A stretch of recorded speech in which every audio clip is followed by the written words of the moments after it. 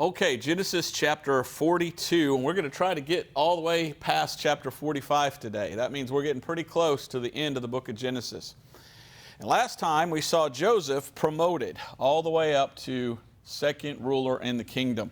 He finally got out on his own, out of the house, and was able to make it by himself on his own. Not by his own choice though, right? He was pretty much sold into slavery by his own brothers. And we're going to see maybe perhaps, I'm just going to throw that out there, perhaps a little bit of revenge from Joseph this week, in what we're studying this week in this passage.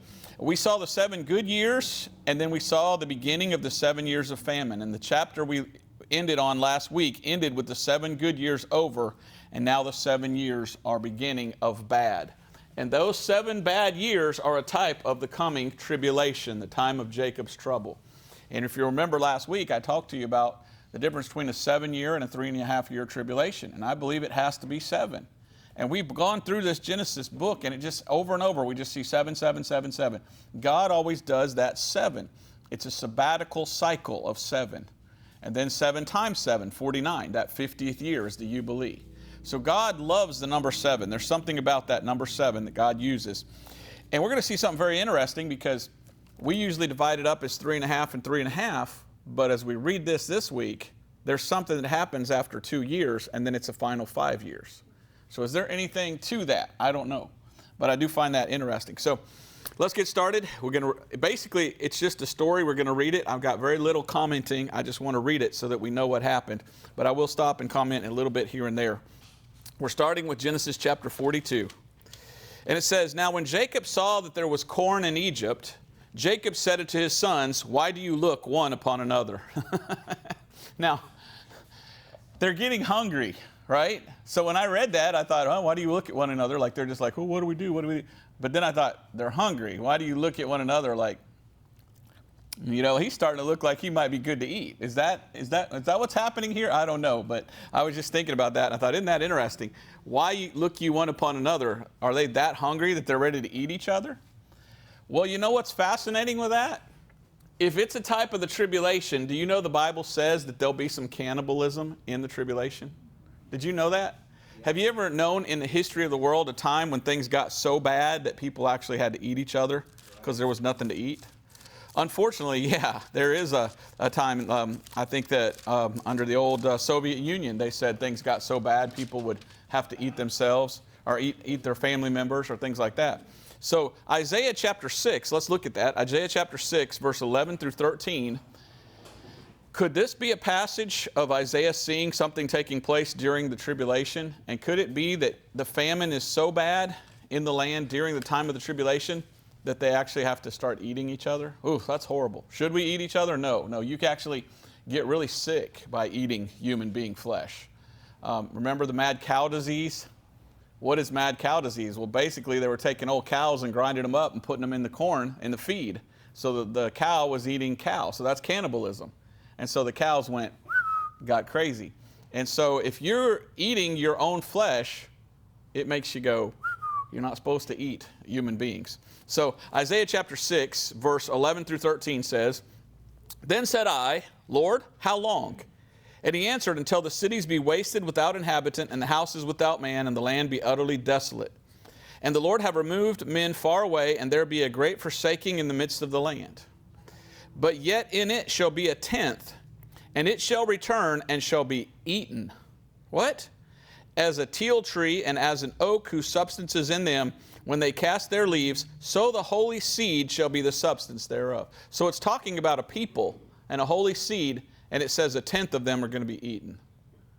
Isn't that weird? And it sounds like that would be in the tribulation when they flee into the wilderness, but then they come back. So when they're fleeing into the wilderness, are they that bad off that they can't buy or sell because they don't have the mark of the beast, that they actually eat part? Or is it the world is hunting people to grab them and eat them? Could you imagine? So will the tribulation be that horrible that they're actually eating people? Well, here we see a tenth of the people are eaten. Isn't that crazy? Ooh, that's gross. That's gross. I don't want to eat human meat. I think that would just be pretty disgusting.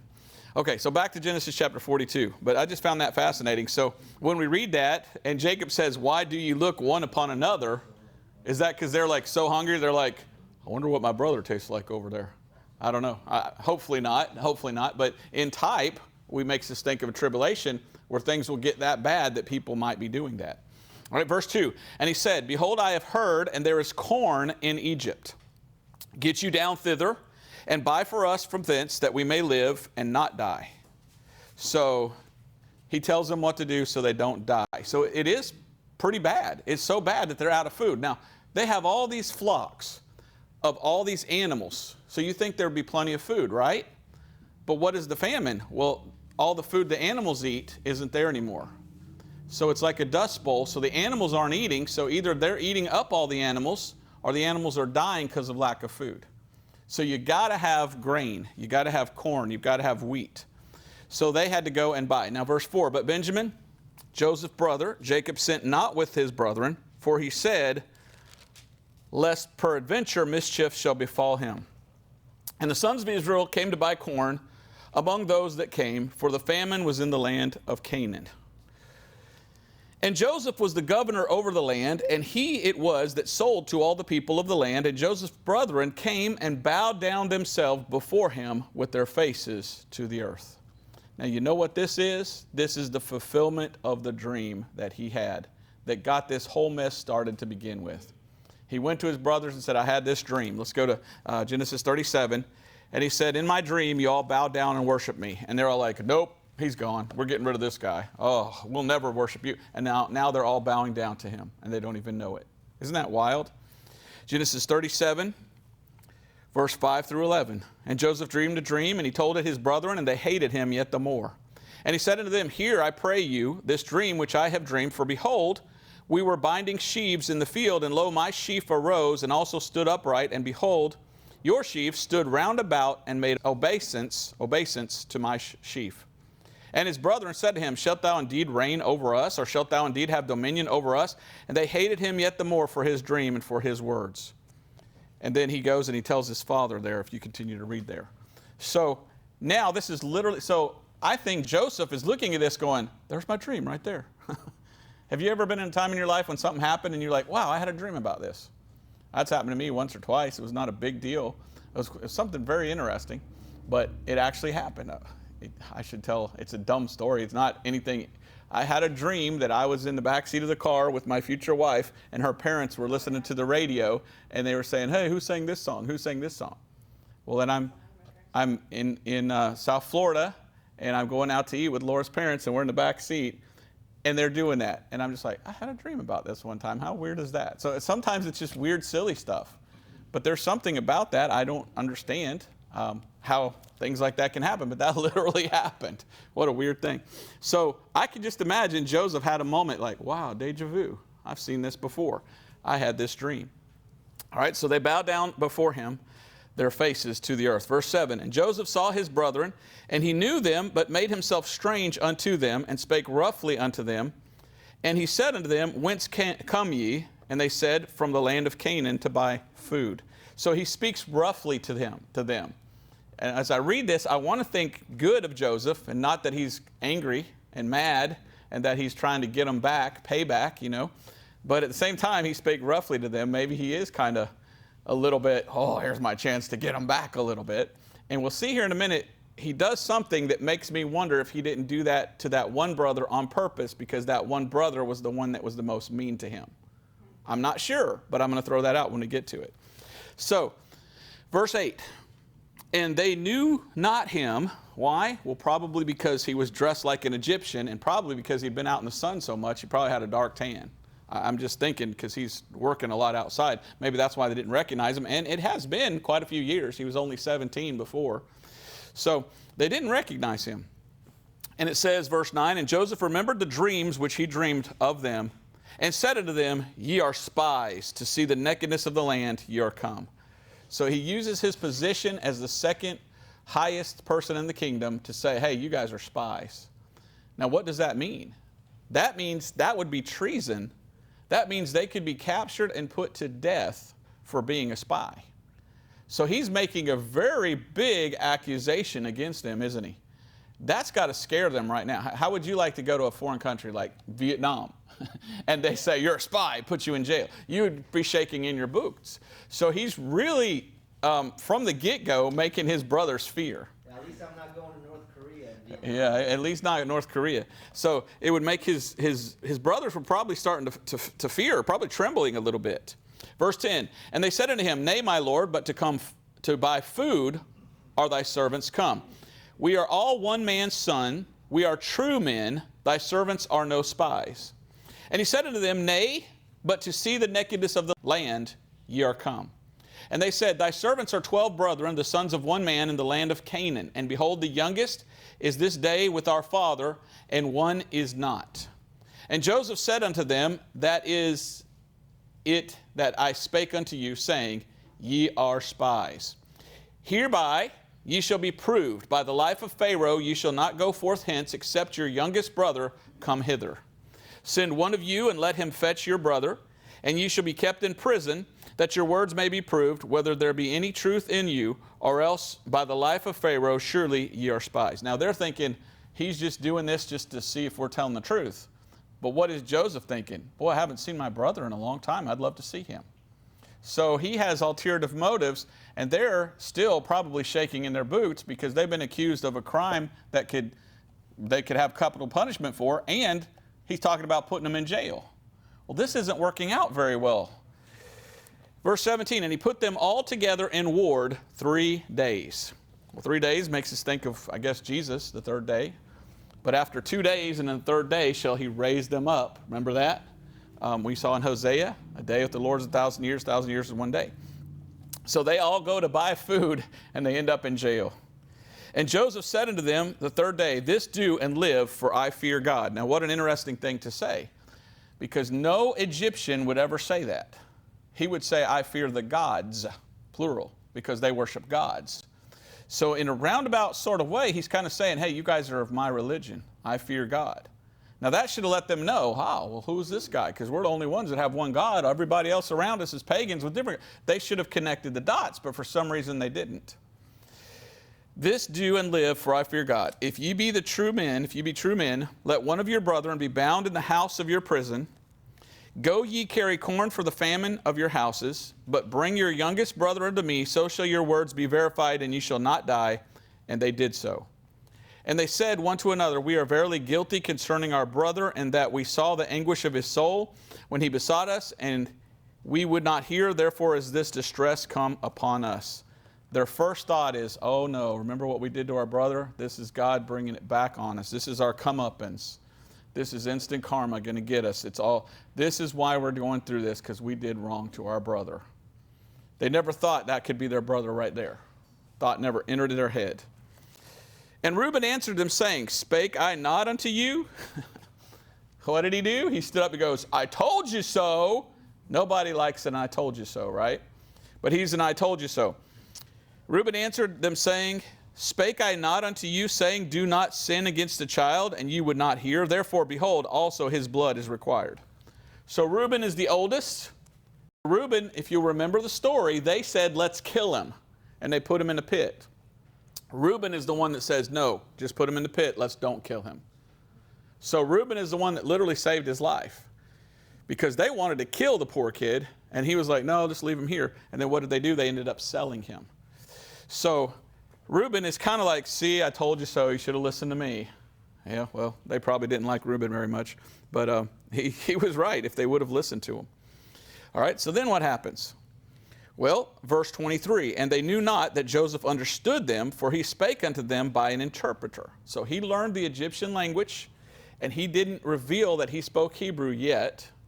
And so he's going back, and they're still, farthest thing in their mind is that could be their brother. Verse 24, and he turned himself about from them and wept, and returned to them again and communed with them, and took from them Simeon and bound him before their eyes. Several things here. Joseph is a type of Christ. What's the shortest verse in the whole Bible? John 11:35. Jesus wept. And if I remember correctly, we see him weeping 3 times.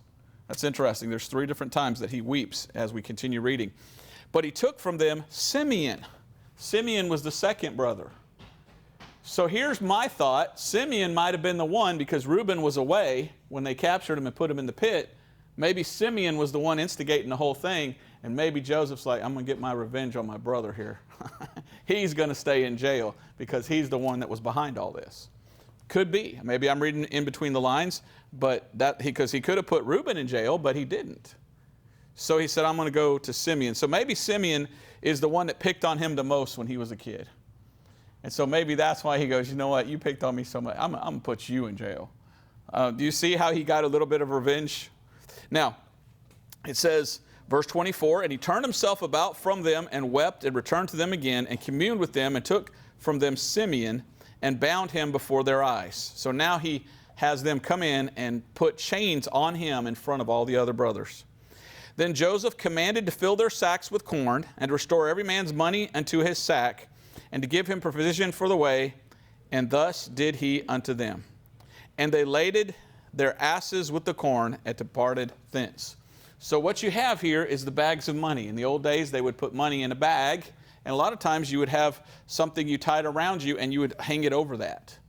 And so they used the money to buy it, but he gave their same money bag back into the sacks of corn. Now, was there a way that they could identify their money bag? Did they have their name on it or something? Usually you would tie it up with something, and maybe there was a little label or something. But it says every man's money was put back. So there might have been a way that they identified their bag. Maybe it was embroidered with their initial or something. Because when they got back, they opened up the sack of corn and goes, well, there's my same money that I tried to pay with, and here it is right back. So that had to make them think, what is this about? Why did this happen? Now, verse 27, and as one of them opened his sack to give his ass provider in the inn, he espied his money, for behold, it was in his sack's mouth. And he said unto his brethren, my money is restored, and lo, it is even in my sack. And their heart failed them, and they were afraid, saying one to another, what is this that God hath done unto us? Everything is going too good right now, and we just escaped imprisonment and possible death, and now we got our money back. Something's going on here.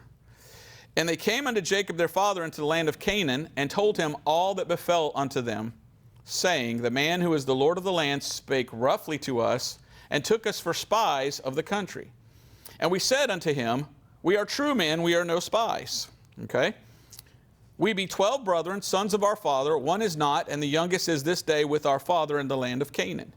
And the man, the Lord of the country, said unto us, hereby shall I know that ye are true men. Leave one of your brethren here with me, and take food for the famine of your households, and be gone. And bring your youngest brother unto me, then shall I know that ye are no spies, but that ye are true men. So will I deliver you your brother, and ye shall traffic in the land. And it came to pass, as they emptied their sacks, that behold, every man's bundle of money was in his sack. And when both they and their father saw the bundles of money, they were afraid. And Jacob their father said unto them, me have you bereaved of my children. Joseph is not, Simeon is not, and ye will take Benjamin away. All these things are against me. Remember everything that Jacob went through. Lost his favorite wife, lost his favorite son. This person died, that person died. These people try to attack him. These people try to deceive him and steal from him. All these things he went through. Now verse 37, and Reuben spake unto his father, saying, slay my two sons, if I bring him not to thee. Deliver him into my hand, and I will bring him to thee again. So I'm the oldest brother.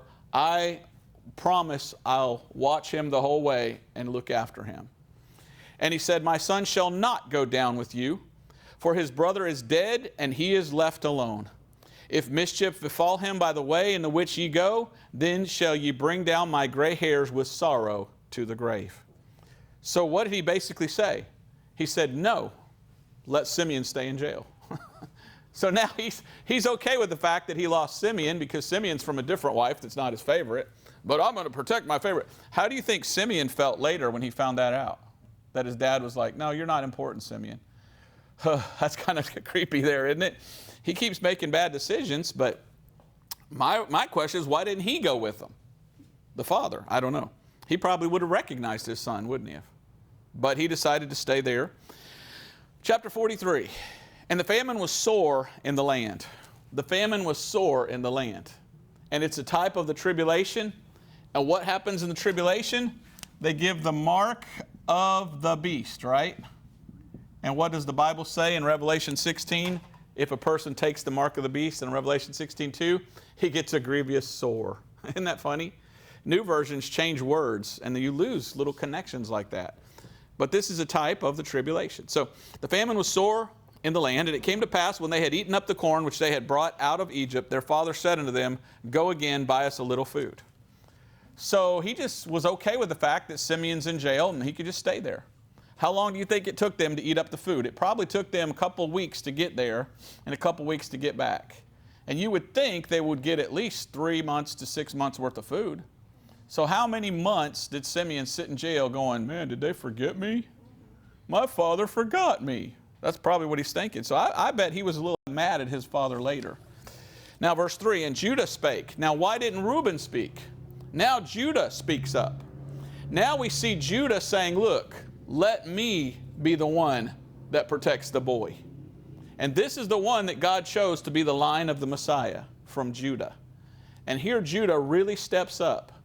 And it's almost like he's a better brother than the oldest brother, Reuben.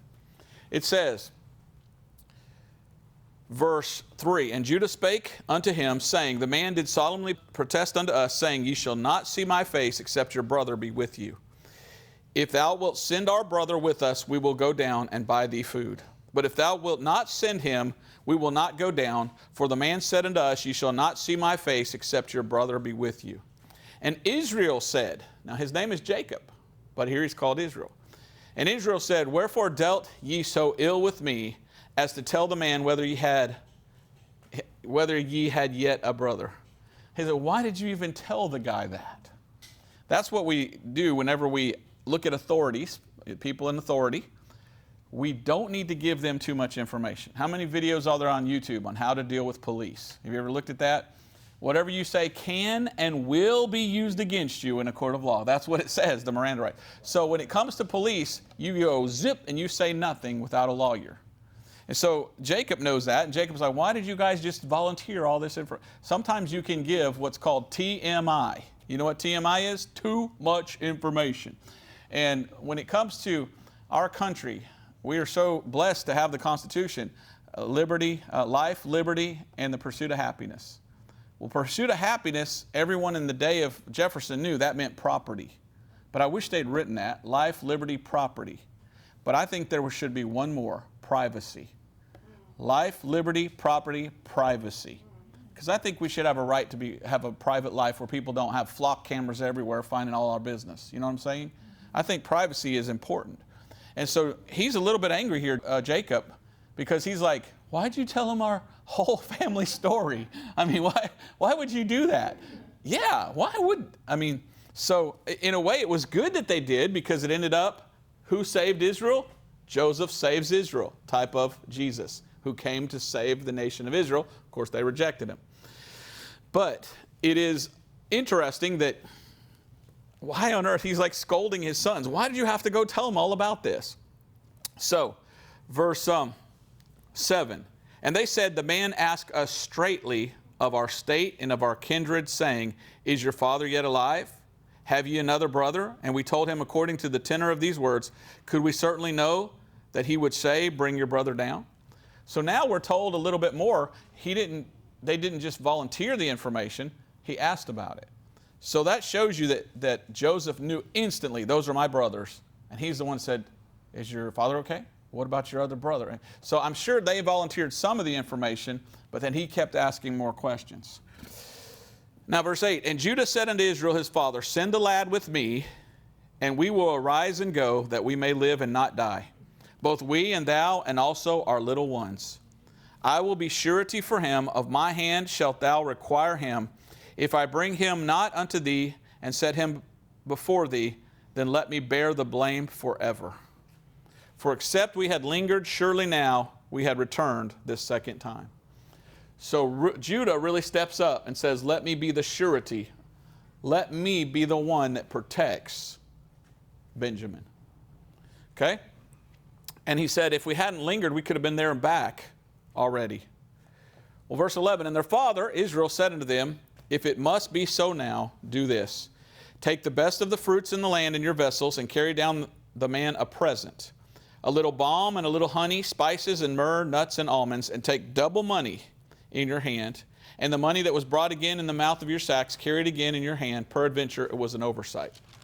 So he says, you're going to take a gift. You're going to butter this guy up. You're going to tell him that the money was back in the sacks. You're going to pay double. You're going to do everything you can to make sure that this thing turns out right. Because why? Well, the way you deal with the government is you pay them money and they leave you alone. That's what it sounds like, right? When I was in Honduras, you get stopped by a policeman, he'd go like this. I never gave a bribe. I'd always carry Bibles in my truck. And whenever the policeman would say, hey, like that, I'd say, I don't have any money, but I got a Bible. Would you like a Bible? And he'd go, yeah. And he forgot about money. And to them, a Bible was more precious than money, but I never had to pay a bribe, and I'm thank God for that. What's funny is some of the policemen in Honduras couldn't read.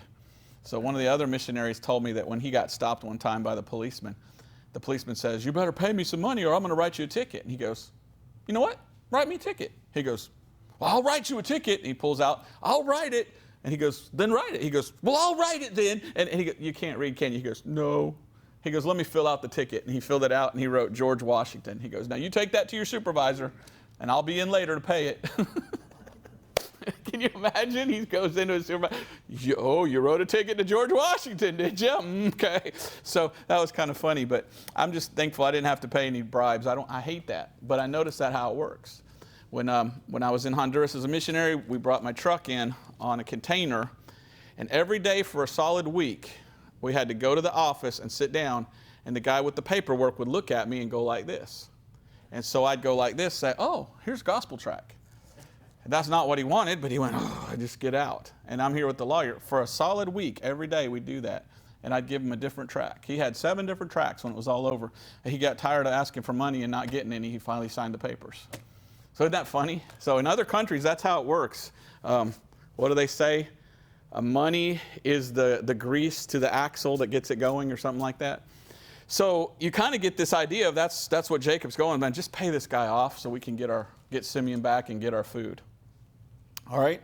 So what verse did I end on here? Verse 13. Take also your brother and arise, go again unto the man, and God Almighty give you mercy before the man, that he may send away your other brother and Benjamin. If I be bereaved of my children, I have bereaved. Why did he say your other brother? Did he forget his name? I don't know. What's his name again? I mean, if I had 12 kids, I'd probably forget their name too. But you see right here, he starts living by faith. Here's Jacob. The end of his life finally goes, fine, I'll just live by faith. Lord, I'll leave it in your hands, whatever. Oh, it's about time, Jacob. I know people like that just can't put their faith in God to take care of stuff, but he will. Verse 15, and the man took that present, and they took double money in their hand, and Benjamin, and rose up and went down to Egypt and stood before Joseph. Now, if you were Benjamin, it'd probably be the greatest day of your life. He never got to go anywhere. He never got to do anything, and now he gets to take a big trip. So he's probably really happy. And he probably really liked his brother Judah compared to the other ones. So he's taking a big trip, and he's going to have fun. And then it says, and when Joseph saw Benjamin, verse 16. Did I read verse 15? Yeah. No, I didn't. Okay. Verse 15. And the men took that present, and they took double money in their hand, and Benjamin, and rose up and went down to Egypt and stood before Joseph. And when Joseph saw Benjamin with them, he said to the ruler of his house, bring these men home and slay and make ready, for these men shall dine with me at noon. Now, what did he mean slay? What if the guy misunderstood and thought he said slay the men? Oh boy, that would have been bad. No, it was probably slay animals to eat. Now, what did they eat? If you'll remember in the Bible, the Egyptians hated sheep for some reason. They didn't like sheep and they didn't like shepherds. What did they worship? They worshiped the cow. So they're probably getting some good steak dinner if that's what they're slaying there. Verse 17, and the man did as Joseph bade, and the man brought the men unto Joseph's house. And the men were afraid because they were brought into Joseph's house. And they said, because of the money that was returned in our sacks at the first time, are we brought in? That he may seek occasion against us and fall upon us and take us for bondmen and our asses. They're like, is he going to kidnap us and sell us as slaves? Oh, wow, you did that to somebody, didn't you? And they came near to the steward of Joseph's house, and they communed with him at the door of the house. So they wouldn't go in because they're like, I'm afraid to go in there. What's going to happen? and said, "O sir, we came indeed down at the first time to buy food, and it came to pass," now they're saying sir, they weren't saying that before, isn't that something? "And it came to pass when he came to the inn, that we opened our sacks, and behold, every man's money was in the mouth of his sack, our money in full weight, and we had brought it again in our hand. The other money have we brought down in our hands to buy food. We cannot tell who put our money in our sacks." And he said, "Peace be to you, fear not, your God and the God of your father hath given you treasure in your sacks. I had your money," and he brought Simeon out to them. Now, they're sitting here going, what does he mean, your God and the God of our father? How does he know our father?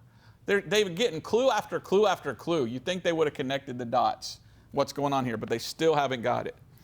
"And the man brought the men into Joseph's house and gave them water, and they washed their feet, and he gave their asses provender. And they made ready the present against Joseph, came at noon, for they heard that they should eat bread there. And when Joseph came home, they brought him the present which was in their hand into the house, and bowed themselves to him to the earth. And he asked them of their welfare, and said, Is your father well, the old man of whom you spake? Is he yet alive? And they answered, Thy servant our father is in good health, he is yet alive. And they bowed down their heads and made obeisance. And he lifted up his eyes and saw his brother Benjamin, his mother's son, and said, Is this your younger brother, of whom ye spake unto me? And he said, God be gracious unto thee, my son. And Joseph made haste, for his bowels did yearn upon his brother. And he sought where to weep. And he entered into his chamber and wept there. Now, bowels is the innermost part of you. Nowadays, we think of bowels where you have a bowel movement. There's words in the Bible that have been, by the devil, changed into bad words, right? But the bowels is really your heart. It's like you're crying because in your heart you're so happy. So whenever you see bowels in the Bible, don't think it's down there. A lot of times it's up here. There's another word in the Bible that has been perverted today, prick, right? Don't kick against the prick. So if you use the word prick, they, oh, that's a dirty word. No, it's a thorn. So the devil's been changed, like the word John. If I say John, you would think, oh, he just went to the John. Conrad's in the John right now. Come on out, boy. What are you doing in there? So anyway, they're sitting there and they're trying to figure this out. What is going on? He's talking to us and all of a sudden he leaves. What are they thinking? Uh-oh, is this where the guys come in and bind us like they did Simeon and we all go to jail again now? Is this him just being sadistic, giving us a good meal before he puts us in jail again? I mean, what is going through their mind? They're pretty scared, So, but he's going out and he's crying because he gets to see his brother, and his brother is still alive. Now, verse 31, and he washed his face and went out and refrained himself and said, Set on bread. And they set on for him by himself, and for them by themselves, and for the Egyptians which did eat with them by themselves, because the Egyptians might not eat bread with the Hebrews, for that is an abomination unto the Egyptians. The Egyptians did not like the Jews. They wanted nothing to do with them, and we read it in another passage that it's because they were shepherds, and they didn't like shepherds. Verse 33, and they set before him the firstborn according to his birthright, and the youngest according to his youth, and the men marveled one at another. They're sitting there going, how on earth did he know what our birth dates were and set us in line of when we were born? Every clue they could ever get, and they still didn't get it yet. And he took and sent messengers unto them from before him, but Benjamin's mess was 5 times so much as any of theirs. And they drank and were merry with him. Could you imagine you're all sitting there, you know, what's going on? And you're getting little portions, and you look over, and your little brother's got 5 times the portion of everybody else. And you still haven't connected the dots that just maybe their brother is still alive? I'm just like, dude, how did they not see this? But they still didn't see it yet. So, chapter 44. And he commanded the steward of his house, saying, Fill the men's sacks with food as much as they can carry, and put every man's money in his sack's mouth. And then it says, And put my cup, the silver cup, in the sack's mouth of the youngest, and his corn money. And he did according to the word that Joseph had spoken. So there was a silver cup that Joseph drank out of. You think it might have said Joseph on it? Maybe in Egyptian or Hebrew or something. I don't know. But it was his cup that everyone that was there in the house knew this is Joseph's cup. And he commands him, put my cup into the sack of Benjamin. Now, why would he do that? because he's going to send them out and he's going to say, hey, my cup's missing. I wonder who stole it. And then he's going to say, let's look in the sacks. And then Benjamin's the one with the cup, and all the brothers are going to be like, Benjamin, why'd you steal the cup? And now he's going to take Benjamin. Now Judah's going to be like, oh, no.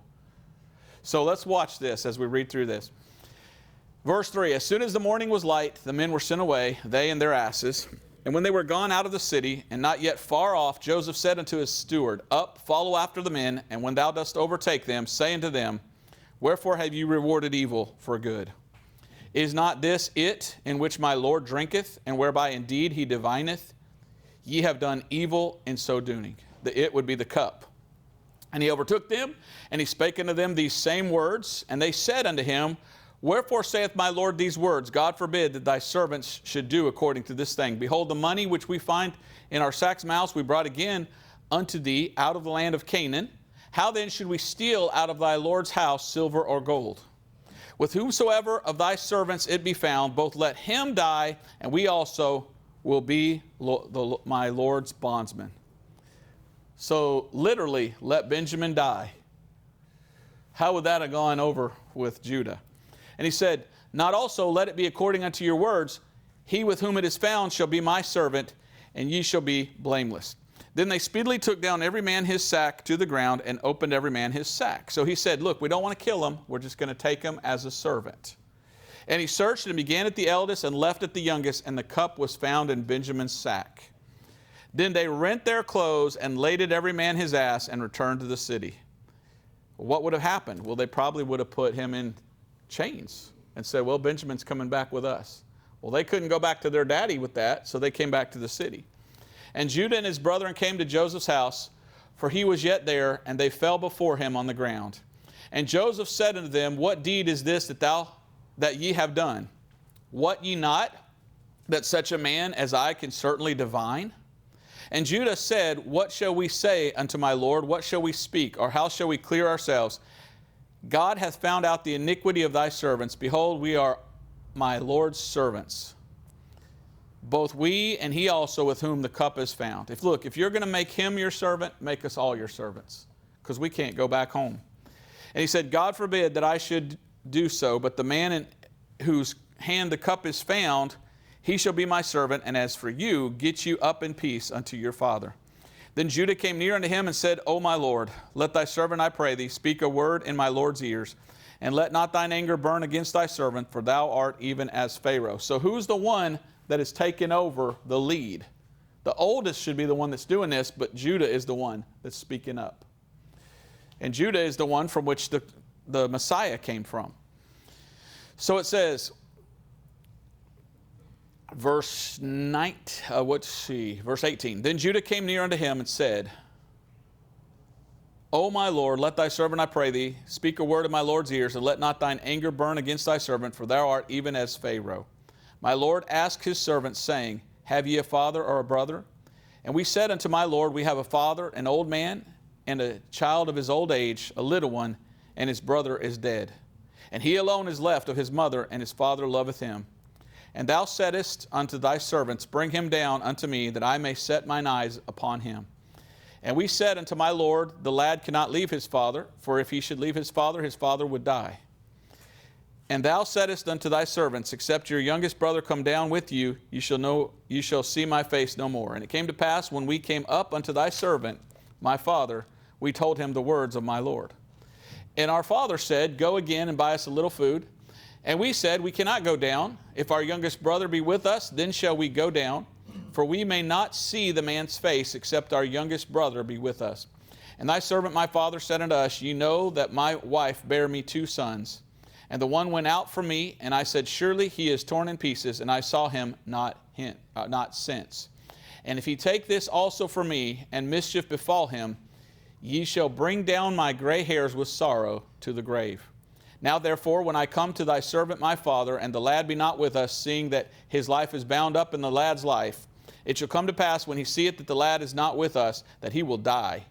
And thy servant shall bring down the gray hairs of thy servant our father with sorrow to the grave.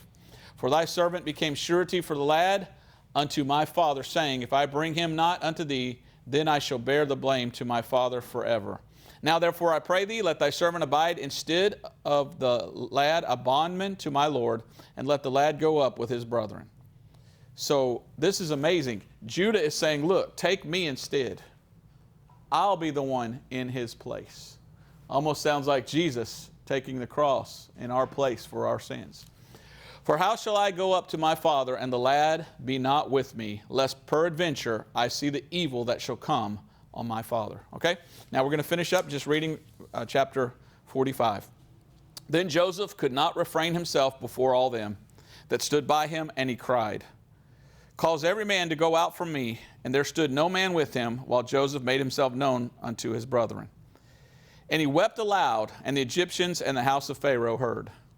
And Pharaoh said unto his brethren, I am Joseph. Doth my father yet live? And his brethren could not answer him, for they were troubled at his presence. Now, before he was having an interpreter talk. Then he says, look, everybody out in Egyptian. And now he's standing there, and they're all standing there, and they're like, what the? They're all like, oh, are we about to die? And then he starts speaking in their language, and they're like, well, this whole time you spoke our language, and you didn't say anything. And then he says, I'm Joseph. And they probably went, you know? Everybody went, oh. And so now they finally get it. And he says, is my father alive? And Joseph said unto his brethren, come near to me, I pray you. And they came near. And he said, I am. He's a type of Jesus. What does Jesus say? Jesus says, I am. He says, I am Joseph, your brother, whom you sold into, guess where? Egypt. And they probably went, slapped their head again.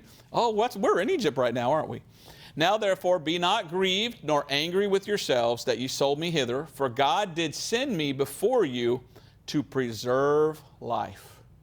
So Joseph is a type of Jesus who was to save Israel, but they rejected him. Now we get to this part. This is really weird. Verse 6 and 7. This is what I alluded to earlier, this whole 2 years and 5 years. For these 2 years has the famine been in the land, and yet there are 5 years in the which there shall neither be earing nor harvest.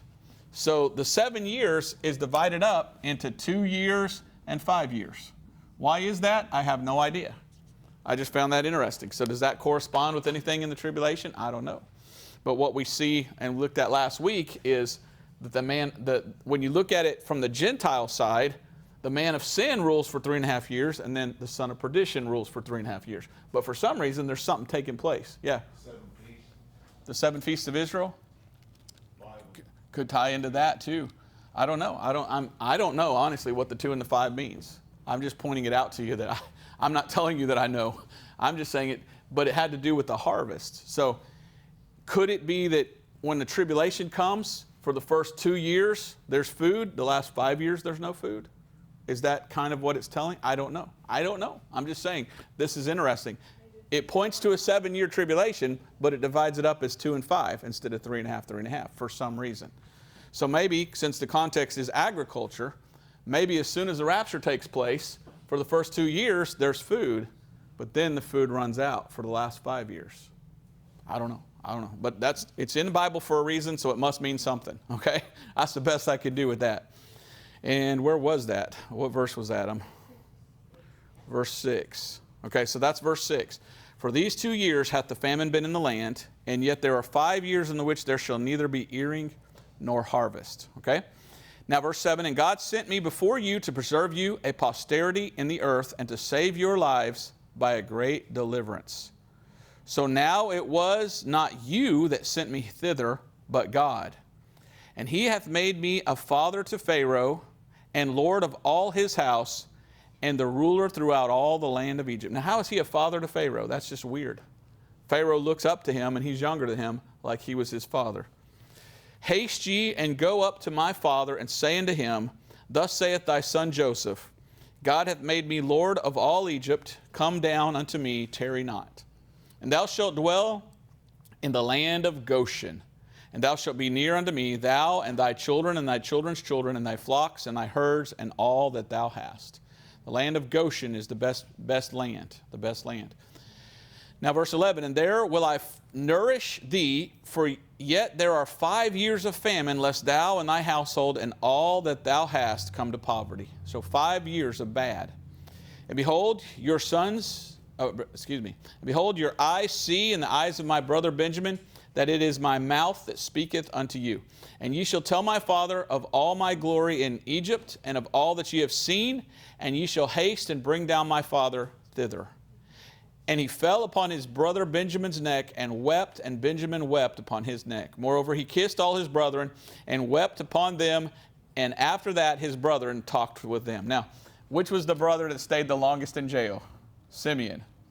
So I bet he was happy to see him, but I bet he kissed him, then he was like, you knew what you were doing, you kept me in jail. He's like, yeah, you were the meanest to me. Yeah, I know, I'm sorry. But yeah, that's what my thought was. The reason he put Simeon in jail, because he was the one that gave him the most heck, as his child. I don't know. But anyway, he does that. He kisses them, kisses all his brethren. Now verse 16, and the fame thereof was heard in Pharaoh's house, saying, Joseph's brethren are come, and it pleased Pharaoh well, and his servants. And Pharaoh said unto Joseph, say unto thy brethren, this do ye, lade your beast, and go, get you into the land of Canaan. Take your father and your households, and come unto me, and I will give you the good of the land of Egypt, and ye shall eat the fat of the land. Now thou art commanded, this do ye, take you wagons out of the land of Egypt for your little ones and for your wives, and bring your father and come. Also regard not your stuff, for the good of all the land of Egypt is yours. And the children of Israel did so, and Joseph gave them wagons according to the commandment of Pharaoh, and gave them provision for the way. And all of them he gave each man changes of raiment, but to Benjamin he gave 300 pieces of silver and 5 changes of raiment. Wow. And to his father he sent after this manner 10 asses laden with the good things of Egypt, and 10 she-asses laden with corn and bread and meat for his father by the way. So he sent his brethren away, and they departed, and he said unto them, see that ye fall not out by the way. And they went out of Egypt, and came into the land of Canaan unto Jacob their father, and told him, saying, Joseph is yet alive, and he is governor over all the land of Egypt. And Jacob's heart fainted, for he believed them not. Now he would have died if they came back and said, well, Benjamin's dead. So instead they come back and go, well, guess what? He rose from the dead. I mean, that's what it sounds like, right? He thought Joseph was dead. He's alive. He almost had a heart attack. Now I'm going to read verse 27, 28. We're going to be done here. Jesus comes to his brethren, didn't he? And what his brethren do? They betrayed him, just like they betrayed Joseph. So Jesus went away and became a king. And now his brethren are going to see who he is. Someday they're going to see that Jesus was the Messiah. The Jews right now are looking for their Messiah, and they don't see it's Jesus. You see how this is a beautiful picture of the future when the Jews realized that Jesus was their Messiah? Yes. And they thought he was dead, but he's still alive.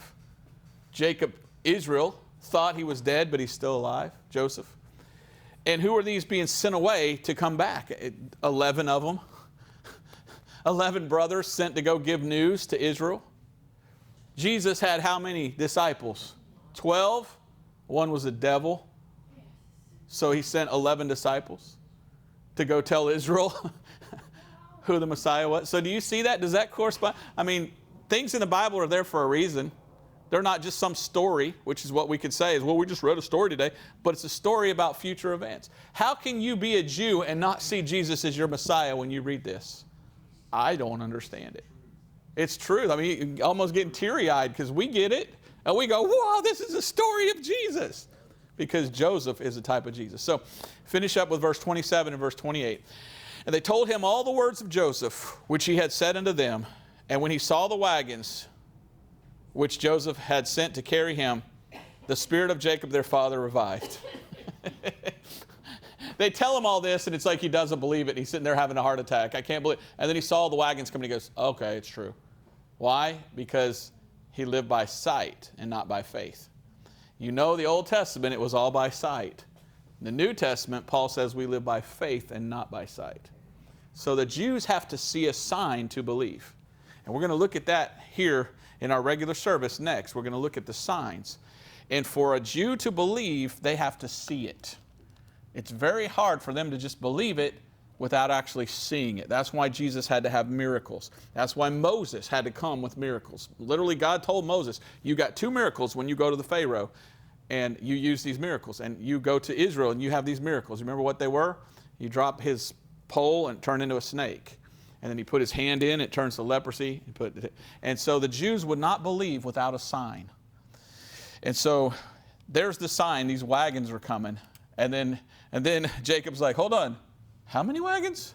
What's in those wagons? Well, okay, now I believe. So that's an interesting thing. Jews need a sign. And so his spirit revived. Now verse 28, and Israel said, it is enough. Joseph, my son, is yet alive. I will go and see him before I die. He had no desire to leave where he was and go anywhere. But now he's like, I'll go. So wonderful thing. Beautiful type of future tribulation. But again, who makes a great type of Jesus? Joseph makes a wonderful type of Jesus. Because basically he was the king of Egypt. Even though he was still second in command. It's almost like the guy in command just said, look, you just take over. And last week I forgot to tell you this, and so someone said it in the comments, and I'm glad they did. Who did Joseph marry? He married a Gentile bride. Does that mean anything to you?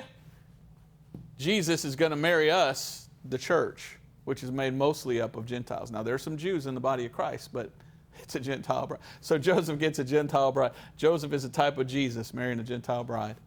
And then he gets his other brothers to see who he is. He's revealed to them. He reveals himself to them because they thought he was dead. Jesus is going to reveal himself in the tribulation to Israel, to all the Jews. Hey, I'm really the Messiah. And who he's going to send? He's going to send Elijah and Moses, the two witnesses. Guess who that is? That represents the law and the prophets. And remember what it said? Unless the law and prophets said this, you wouldn't believe. So the law and the prophets point to Jesus. And the greatest type of Jesus in the Bible is Joseph. And I'm sure I could come up with more, but that's the best I can do for today. So, well, even then we're a little over. So let's take about 5 minutes. Oh, yeah. You want to say something? I have a different view than you. Joseph seeing his brothers and recognizing them and talking gruffly to them to keep from crying because he had to leave. As a substitute for Jesus, his heart would be just overwhelmed with love for them. And he has had so many miracles happen to him. I think that he was just overcome with joy. Can you see that? Yeah, so she says the reason he spoke roughly to them when they showed up is because he loved them so much, and to keep from crying, he had to talk like that. And so that's a mechanism that we have to keep from crying. Sometimes we speak boldly to try to keep from crying, I guess. So it makes sense. I can see that in the way he spoke to them because we see him crying a lot. And that shows me he had a tender heart. He really cared. And it's because he loved them. And that's another type of Christ. Jesus loves us. And when Jesus was here in his earthly ministry, how did he speak to the Jews?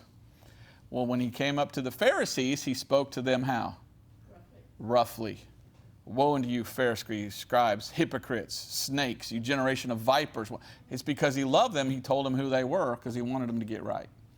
So, yeah, amen. All right, let's take about 5 minutes and then we got to start on service today. I'm looking forward to it. Thank you.